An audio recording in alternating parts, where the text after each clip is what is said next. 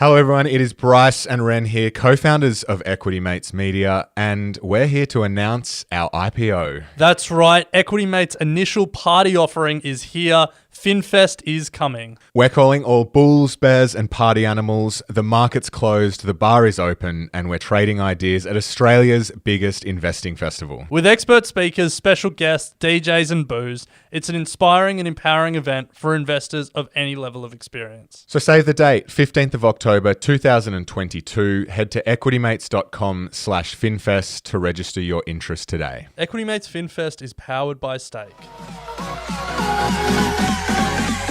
Equity Mates! I will say this about investing. Everything you do learn is cumulative. What I learned at 20 is useful. Equity Mates. Welcome to another episode of Equity Mates, a podcast that follows our journey of investing. Whether you're an absolute beginner or approaching Warren Buffett status, our aim is to help break down your barriers from beginning to dividend. My name is Bryce, and as always, I'm joined by my equity buddy, Ren. How are you going? I'm very good, Bryce. Great to be with you for another Monday episode. We've got a lot to talk about. We've got so much to talk about that we've got another podcast. Okay. Tell me more. Well, I'm straight into housekeeping. That's how much we've got to talk about. But the 8th podcast from the Equity Mates Media stable. I don't know if that's what we're calling it. Our latest podcast, The Dive, is the feed is live. The trailer's out. The first episode will be dropping in a couple of weeks. But there's so much news out there. It's so hard to keep up to date with everything, put it in its bigger context. And so we figured, why don't we have a crack at doing it? I must caveat that it is not just news, it's business news. Yeah, we're not going into politics. We've felt that for a while, business news has often been considered boring and uninspiring, and our new show, The Dive, is going to be taking one important news piece from around the world, business news piece from around the world, and we're going to be taking a deep dive on that to help you become a better investor and to show you the excitement that business news can be. So subscribe now. We're launching in a couple of weeks. Yeah. Also, if you haven't signed up for FinFest, go sign up, equitymates.com/FinFest. It is a event that you will not want to miss. People will be talking about it for years to come. You could have been there. Yeah, well, you can be there. Tickets will be going on sale very soon. So register now so that we can send you all the information. There's going to be DJs, there's going to be bars, there's going to be experts from all around the country helping you become a better investor. It's not going to be all finance. There's going to be other forms of entertainment. It is going to be a festival. It's really exciting. We're pumped. So make sure you register your details so we can keep you up to date. But Bryce, a lot to talk about today. We're going to talk about one of the companies that you and I disagree on the most. We've got some surprising housing data, and it tells us something about investing in megatrends. Berkshire finally bought something. We're going to talk about brain chips, and then we're going to close out with Morningstar's top stocks and what we think about those. A lot to cover. Let's get into it. But I want to start with an acknowledgement. Okay. And an acknowledgement around a CEO that we disagree on and a company that we disagree on, and that's Meta, aka Facebook. You think it's going to be $1 trillion company again? Yeah. Well, or $2 trillion? The bet was that I think it has more of a chance than hitting $1 trillion than not. Yeah, keep going. Sure. And I have been a little bit off the company, but I want to recommend a piece of content, a non-Equity Mates piece of content. Mark Zuckerberg was recently interviewed on the Lex Fridman podcast. It's about 2 hours long, and it's a very interesting conversation about some of the discussions they're having around the metaverse, the technology they're developing. About an hour of the conversation is Zuckerberg not recognizing the impact that Facebook and Instagram have on political interference, misinformation, health misinformation, mental health, all that stuff. But the metaverse stuff is really interesting, and some of the technology they're developing. Apparently, all their meetings are already in the metaverse. They're developing all this stuff to track your eyes. So if we're in the metaverse looking at each other, our eyes will actually move. And then haptic gloves so you can feel things in the metaverse. Yeah, that's cool. So it's pretty interesting, yeah. Okay, so that's what's the podcast called? Just Lex Friedman. Lex Friedman, yeah. And for those that aren't aware, he's a Russian computer scientist. Russian computer scientist, AI researcher. Russian American, I think. Yeah, Russian American. Yeah. Yeah. Really, really smart guy. If you think our housekeeping is too long, you can skip about 10 minutes into his podcast and you'll just get to the end of the ads. But it's worth listening to if you are bullish on Meta like Bryce, or you're a little bit wary like me. Either way, whatever you think of Zuckerberg, he built an incredible company and he's looking to do a hard right pivot and try and build something pretty new. And so it's fascinating to watch. And yeah. So house price data, Ren, some surprising data coming out. Yeah, well, the fact that house prices are incredibly hot isn't surprising. No. And to put it in context, in the US in 2021, house prices were up 19% and they are expected to rise 16% in 2022. So far, no one's surprised. But I think what is surprising, what is notable, is that the three major house listing websites, in the States, the realestate.com.au or domain equivalents, if you're listening here in Australia, Zillow, Redfin, and Opendoor, you'd think that they would be correlated to house prices. And as the housing market is hot, as there's so much activity going on in the housing market, you'd think they would benefit. But in 2021, when the housing market was up 19%, Zillow was down 54%, Redfin was down 44%, and Opendoor was down 36%. Where does that fall with the market? Yeah, well, that's the thing. They're unprofitable growth stocks, a lot of them. And Zillow had its own issue with, like, they were trying to flip houses, if you remember that.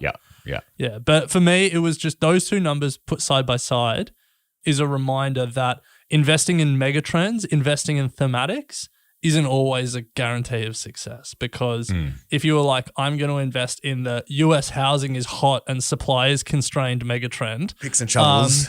These three companies would have been some of the biggest holdings in that ETF. And they're all meaningfully down. They're all down by over a third. Again, this just calls screaming for someone to come out with a residential REIT, both here in Australia and the States. Yeah, we often talk about that would be a good way for us to get exposure to residential house prices.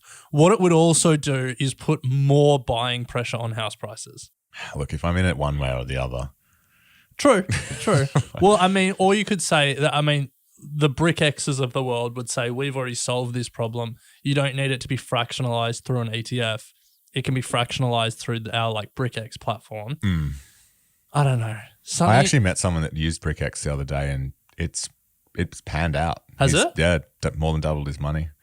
Wow. Yeah. But anyway, BrickX, for those listening overseas, is an investment app here in Australia that allows you to buy portions of residential property. Fractionalized property ownership. Yeah. So some of the crazy data from the US, going back to their housing market, the median homeowner made more from their property increases than the median salary. That's a confusing way of phrasing it, but the median house price increase was $52,000 and the median salary is $50,000. Yeah, gotcha. You're saying they made more than they were paid. Yeah. Wow. Yeah. And in some parts of the country that just blows out. In San Diego, the median house price increase $160,000, the median salary $55,000. Wow. Just like property around the world is hot. I think Sydney's now the second most expensive city in the world. Really? For property, yeah. I had a very demoralizing call with a mortgage broker. Yeah. Still so far away. Yeah, so far away. Anyway, speaking of buying things. We might not be able to buy things, but the next people we're going to talk about can buy a lot of things. And that is Mr. Warren Buffett and Berkshire Hathaway, who has finally bought something. Ren, we have he released his shareholder letter about a month ago. We did speak about it on the Get Started Investing podcast. We unpacked it. So if you want to go and check that out, make sure you do. But he revealed that he was sitting on close to $140 billion in cash, or at least $140 billion, 144 or something like that, 160, whatever, a lot in cash on the sidelines because he felt that there wasn't really any good opportunities presenting themselves. And we know that he is an investor that is incredibly patient and will sit on cash until that opportunity comes. Now Hold on. Before you keep going, law of large numbers, 140 billion, over 140 billion. What does that mean? Let me put it in context. PayPal has a market cap of 134 billion. Deere, like John Deere, market cap of 132 billion. Lockheed Martin has a market cap of 121 billion. Caterpillar, like the heavy construction equipment, has a market cap of 119 billion. So just to put that number in context. Yeah, it's a lot of money. It's a lot of money. Yeah. I think he also said that he generally likes to sit more around the $30 billion range, cash on hand. So he's well above what he's... And 30 billion about the market cap of Spotify. Yeah. Is it? Yeah. Wow. However, news has surfaced that he has finally bought something, and it is in his circle of competence because he's bought another insurance company called, now apologies to Americans, but it's Allegheny. I don't know. I'm only saying it written Allegheny. I don't know. Anyway, he's bought an insurance company for a meager 11.6 billion. Is that all? Full cash. Yeah. So the guy loves insurance. Loves insurance. Loves it. For good reason.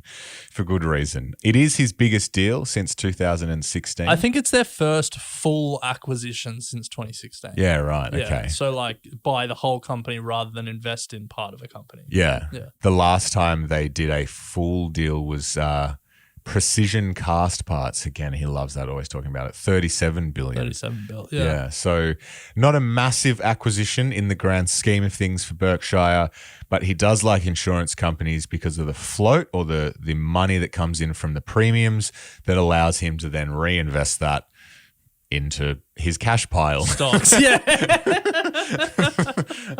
Oh, that's funny.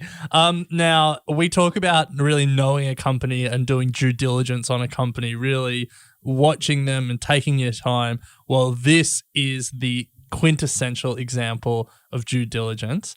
Buffett was quoted as saying, "Berkshire will be the perfect permanent home for Allegheny, a company that I have closely observed for 60 years."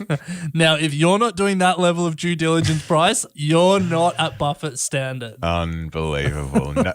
He's almost at intergenerational due diligence level. That's crazy. That's crazy. But You know Allegheny is old because their New York Stock Exchange ticker is just Y. Wow. Just one letter. You don't see that these days. Respect. So look, he does still have 135 billion left in the bank, and we keep saying that with such market volatility, there could be another deal around the corner. He hasn't said anything of the like. All right, I'm going to play a quick fire game with you. This Okay. or that. Which would you rather? Buffett acquiring Addition. You're Warren Buffett. You got your cash pile. Twitter or Spotify? Spotify, Peloton or Zillow? Zillow, Robinhood or Roku? Roku, Affirm or Zip? Affirm. Sorry, Zip. Well, what if I told you, Bryce, that if you were Warren Buffett, you could have bought all of those 8 companies and still had money left over? I would believe you. Still have 11 billion left in the bank. Wow. Twitter, Spotify, Peloton, Zillow, Robinhood, Roku, Affirm, Zip. Some of the biggest companies hit by like the biggest losers from this recent tech sell-off. They could just start cleaning them up. Spotify, I'd love to see Buffett own. I don't reckon he listens to a lot of music on his phone. No. Just goes to show the power that some of these massive asset managers have as well. Oaktree, I think, has about 166 billion. Yeah. That like these guys could just go to town on some of these. Well, yeah. It's interesting. But anyway, nonetheless, 60 years of due diligence on a company that is really in line with his thesis of making sure you invest in what you know. Yeah. And waiting for the right opportunity. Yeah. He waited 60 years. Nice one, Buffett. Good to see. All right, well, we're going to take a very short break, and after this, we're going to do a bit of a deep dive, shallow dive, I should say, into Neuralink and brain chip technologies, which was a request from one of our listeners. And then we're going to have a look at some of the global best ideas from Morningstar for March 2022. So let's take a quick break and hear from our sponsors. All right, Ren. Well, we've had a request from Jesse via email to have a bit of a dive into what's going on in Neuralink and BrainChip. And this is quite timely for us, given that we have done a bit of research. Yeah, so as we said at the top of the show, we're launching our news podcast, not quite daily news, 3 times a week news podcast. And we've been practicing here internally at Equity Mates, and we did a practice episode on Neuralink and BrainChip technologies. So we've got a bunch of information. So timely request, Jesse. So we figured we'd have a chat about it. Not a full industry deep dive because the investable opportunity set isn't quite there yet. But hey, maybe it will be in the future. That's it. Elon Musk's Neuralink remains the most well-known startup in this space. He's been pretty public about trying to put chips in our brains. Yeah. It's such an aggressive thing to say. I know. So the Neuralink was founded in 2016 and they've been quite successful, and we'll talk about some of the milestones that they've hit. But I think the important place to start is it's not just Elon. There's a number of other startups in this space working to build a brain-computer interface or put a chip in your brain. Yeah. Hit me with some of those names, Bryce. Names that you would probably be very familiar with. Synchron, a New York-based company. They have received permission from the US Food and Drug Administration last year to start tests in skull-implanted devices on humans. Does sound quite intense, doesn't it? Paradromics, they're introducing tiny electrodes into the human brain with people with disabilities that impede communication and movement. The originally titled Brain Co. classic. There's always one company that emerged from Harvard Innovation Lab, and they develop a wireless headband that can measure brain activity. And then Emotive, who, like Brain Co., develop wearable neuro headsets. So the final one, Ren, is Kernel. Well, the final one that we've got listed, but there's a bunch of others. MindMaze, NeuroSky, NeuroPro, Neurable. I think the important thing to note, though, is that there's 2 distinct versions of this work. One is the invasive put in the something brain, in in the your skull. brain, Yeah. Like Elon Musk's Neuralink, and then the non-invasive, which we have titled accessories, things like headbands and headsets that won't require surgery or a chip in the skull. They're the majority at the moment. That's where a lot of the research is focused. The invasive stuff is a little bit more fringe, but it's progressing, I think, is the important point. So the important question, why? Why are we pursuing this? Aren't our brains enough as it is? Do we really need a computer chip in there? Well, Ren, there are 2 reasons. The first is that it will help disabled people gain or regain their ability to move or communicate, which amazing.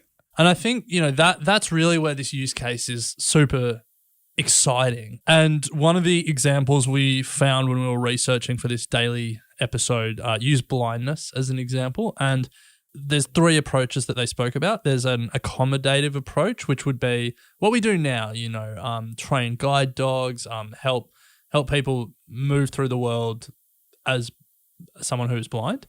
And then there's a biological approach, and there's a bunch of research going on about, regrowing parts of the eye, regrowing the retina and stuff like that. And so that's how do you work on a biological approach to this disability.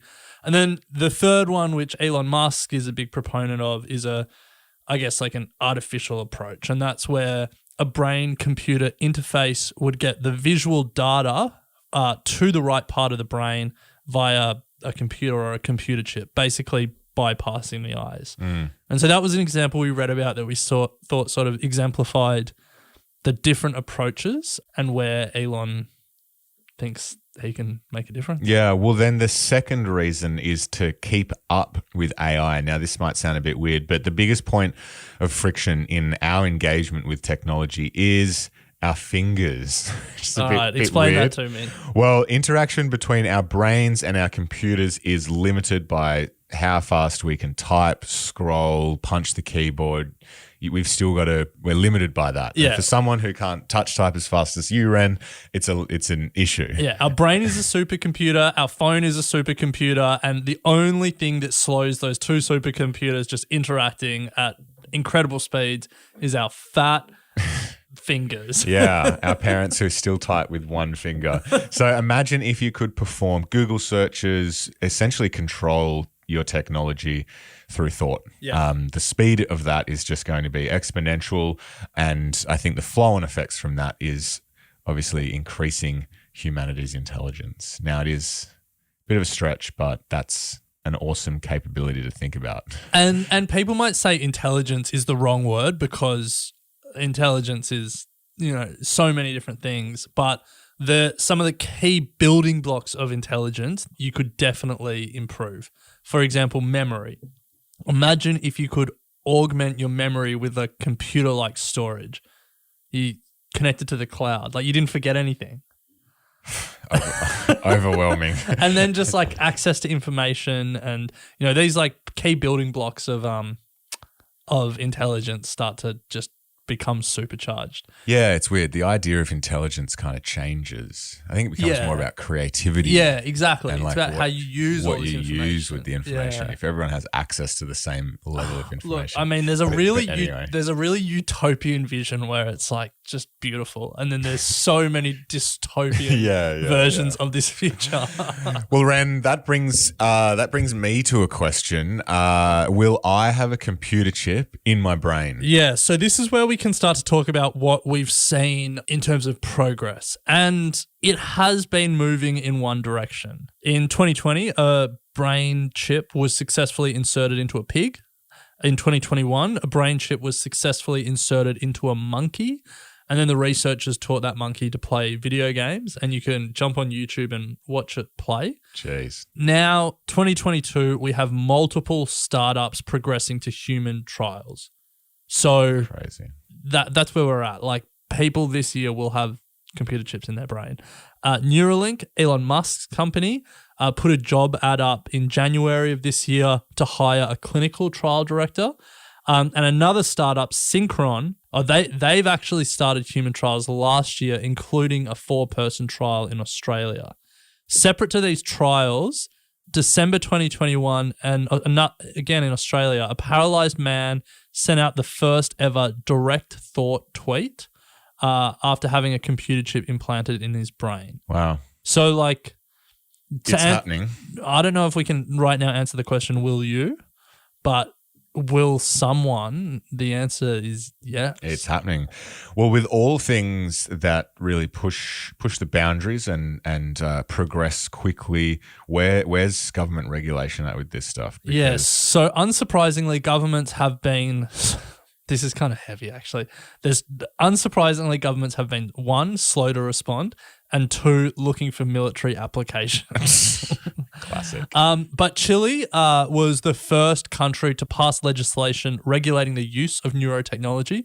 In September last year, they passed a neuro rights law aiming to protect mental privacy, free will of thought, and personal identity. Just thinking about why they have to pass that law to protect free will of thought. So that's Chile. In the US and China, rather than regulating it, they're more looking at how they can fund research into military uses. So the US Defense Advanced Research Project Agency, DARPA, the organization that also brought us the internet, in 2018, they funded 6 separate, highly ambitious brain-computer interface research projects. And in China, the government launched the China Brain Project in 2016, a 15-year scheme intended to bring China level with and eventually ahead of the US and EU in neuroscience research. And so I think that captured some of these things. Even Australia's getting in on the act. Yeah. We're not going to be left behind. The Department of Defense down under here is funding a $1.2 million research project for a vehicle that could be controlled via brainwaves. Wow. So it feels like things are moving in one direction. There are so many questions. My biggest question becomes around cost and inequality, because if it is the case that these brain chips allow us to keep up with artificial intelligence, but they become really expensive to have the surgery and there's a limited supply, that inequality starts to become really stark because the people that can afford it are supercomputers and the rest of us who can't afford a house, let alone a chip in our brain, are left behind. Look, that is just a snippet of the work we did for the daily episode. But Jesse, request came in at the right time. If we finish where we started with Bryce asking is he going to get a chip in his brain, I mean, chances are probably possible. You'll have that choice at some point. Hopefully. Would you do it? No idea. I too early. I think to your point, I can see real positives, but some real negatives with it as well. This is unrelated. A Thought Starters article a while ago, there was like a startup that did, it wasn't brain chips, but some other medical device that was implanted, and then the startup went out of business, and all of the support for this device then went with it. Right. And so that would be my biggest risk. I wouldn't want a brain chip startup putting something in my brain because that support needs to be there for life. Yeah. And maintenance needs to be there for life. This has got to be something that's very, very well established, proven, all those ones. Anyway, make sure you check out The Dive. Subscribe now. We will be going live and we'll be unpacking more really interesting business stories such as that one. So hit it up. It'll be in your podcast app now. All right, Ren, well, to close out, we noticed that Morningstar's global best ideas for March 2022 have come in. A list of 77 stocks, and there were 13 Aussie stocks on that list. So we're just going to quickly go through a couple of the stocks. It was an interesting list. Yeah. Well, first let's just quickly take a look at how they build the list. They obviously have a bias towards valuation. They have a Morningstar rating, which is a rating out of 5, and it is the rating based on valuation. So 5 stars being the stock is significantly undervalued and 1 star being it is overvalued. They do talk about economic moats. They range that from this company has no moat, a narrow moat, or a wide moat. They then throw in an uncertainty rating, which is about how confident the analysts are in their valuation rating. High being they're not confident given the underlying business. And then they also have a price to fair value number as well. So for me, if I were looking at stocks, I'd be looking at, stocks that are 3 to 5 star in valuation, definitely have a moat. I don't want a company that has no moat, and a low uncertainty rating. And less than 1 for a price to fair value. That's what I would be looking at. But I would also those were few and far between. I would also just be taking anyone else's work with a grain of salt. Oh, absolutely. Absolutely. So should we rip through some of the 13 Australian stocks? Yeah, well, there was some in there that were surprising. So 12-month price performance for some of these stocks has not been great. A2 Milk, down 36%. Yeah. AGL Energy, down 30%. AGL being Australia's biggest coal-fired power operator. Not exactly a hot stock, if you will. Kogan down 57% this year. Magellan down 67%. Southern Cross Media down 19%. So there's a few unloved stocks that obviously valuations for Morningstar analysts are starting to look good, but companies that probably aren't spoken with love in financial media at the moment. Yeah, the reason that these have come onto the list, my guess anyway, is that they're trading at a price that Morningstar analysts believe is now at a significant discount to what they see as fair value. Yeah. With a lot of them, though, there is a high level of uncertainty because whatever environment the business is operating in, there are more factors that go into it from an investment point of view than just the price. Yeah. So let's give everyone the full 13 stocks if they want to do their own research, add them to their watch list. Obviously, we've caveated them very strongly with what we just said before. So Morningstar's 13 Australian stocks: A2 Milk, AGL Energy, Horizon, Brambles, G8 Education, InvoCare, Kogan.com, Lendlease, Magellan Financial, Southern Cross Media, Westpac, Woodside, WiseTech.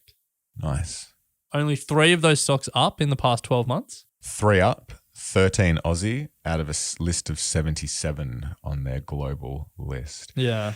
Any kind of key takeaways from you, Ren, on that? Yeah, so looking at the full list of 77, I was surprised to see only one of the $1 trillion tech titans, which is what I'm labeling them now. Yeah. Can you guess it? Which one?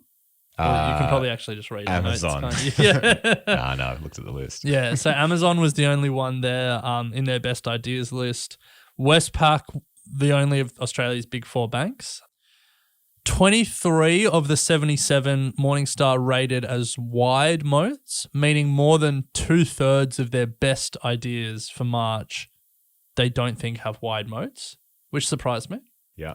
I mean, it's an interesting list. It's an interesting list to start your own research, but for me, a list like that is very much the start of the process, not the end of the process. That's exactly my takeaway. I think that it's easy to see the headlines, best global ideas for 2022, get a list of 77 stocks and browse down and see names that you know, see that it's got a 5-star and away we go.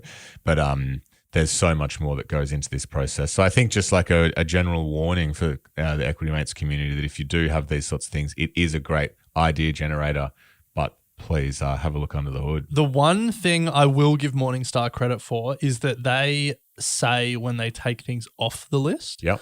Because every investment bank seems to now publish the clickbait X broker or X investment bank's best stocks for insert year here. You know, Bell Potter's top 10 stocks for 2022, Macquarie's 50 stocks for 2021, you know, whatever it is. But they never tell you when they're selling. They never update you on the list, and, you know, they never say, oh, well, 3 of those are definitely not on the list anymore because things have changed.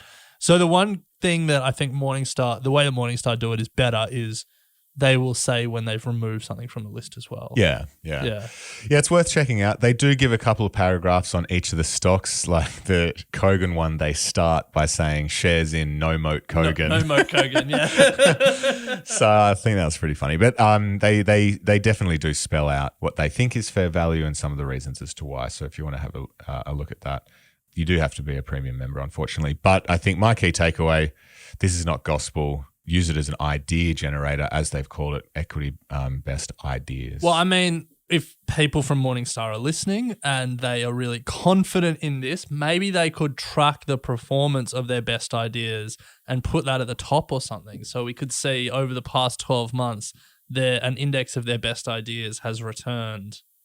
Yeah, you know what? I have a feeling they actually might do that. Oh, really? They might do that somewhere. So before you come at us, Morningstar, we'll take that as a note to double check before coming in next Morningstar time. do have an ETF, yeah, but it's their Morningstar wide moat ETF, moat, so it's a bit different to their best ideas. Yeah. It's a cool concept for an ETF, but again, it's like you have to be confident in their analysis of moats. But if you are, an ETF of wide moat companies is an interesting concept. Yeah. Yeah. All right. Well, that's a wrap, Ren. We've made it to the end of this week's episode. Make sure 2 things that you could do for us. Actually, 3 things that would be really, really helpful. Firstly, FinFest, register. So equitymates.com/FinFest. Secondly, The Dive, Equity Mates Media's newest podcast launching soon that's going to give you one great business story each episode. And then thirdly, please, if you could rate and review this podcast or any of the other podcasts in the Equity Mates Media Network that you listen to, that would be greatly appreciated. It certainly goes a long way to helping us get in front of new investors and people to join the Equity Mates community. Thank you for your support as always. Next week, we actually have a different Monday episode coming up where we're going to be going deep on all things Web3 with an expert that really is deep in the game. It's not often a guest makes me feel old, yes. But God, I felt old. Yeah, felt old, felt excited. So stick around to tune in next Monday where we chat to a guy who is investing in Web3 metaverse. So, Ren, always great to chat stocks, and we'll pick it up next week. Sounds good. Equity Mates Investing Podcast is a product of Equity Mates Media. All information in this podcast is for education and entertainment purposes only. Equity Mates gives listeners access to information and educational content provided by a range of financial service professionals. It is not intended as a substitute for professional finance, legal, or tax advice. The hosts of Equity Mates Investing Podcast are not financial professionals and are not aware of your personal financial circumstances. Equity Mates Media does not operate under an Australian Financial Services Licence and relies on the exemption available under the Corporations Act 2001 in respect of any information or advice given. Before making any financial decisions, you should read the product disclosure statement and, if necessary, consult a licensed financial professional. Do not take financial advice from a podcast or video. For more information, head to the disclaimer page on the Equity Mates website, where you can find ASIC resources and find a registered financial professional near you. In the spirit of reconciliation, Equity Mates Media and the hosts of Equity Mates Investing Podcast acknowledge the traditional custodians of country throughout Australia and their connections to land, sea, and community. We pay our respects to their elders, past and present, and extend that respect to all Aboriginal and Torres Strait Islander people today.